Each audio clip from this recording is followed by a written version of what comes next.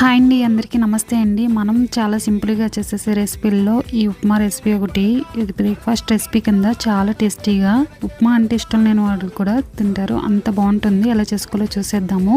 First అయితే ఇక్కడ ఉప్మా రవ్వని తీసుకున్నాను 1 కప్పు. ఈ విధంగా కొంచెం ఆయిల్ వేసుకుని ఫ్రై చేసుకుని ఇప్పుడు ఒక ప్లేట్లోకి తీసుకుంటున్నాను.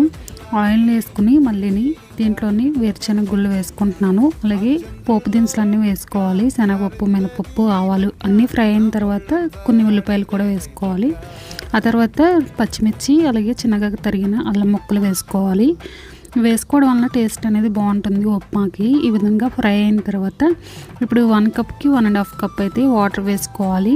బాగా చీడిపోయినట్టు కాకుండా పొద్దునగా మనకి ఉడుకుతుంది. ఆ తర్వాత సాల్ట్ వేసేసుకుని ఈ విధంగా ఉప్మా రవ్వని వేసేసుకుని కలిపేసుకుని దగ్గరికి వచ్చేంత వరకు ఉడికించుకుని ఎంతో టేస్టీగా ఉండే ఎర్నోక ఉప్మా అయితే రెడీ అయిపోతుంది. గోధుమ రవ్వ ఉప్మా కూడా అంటారు. Thanks for watching.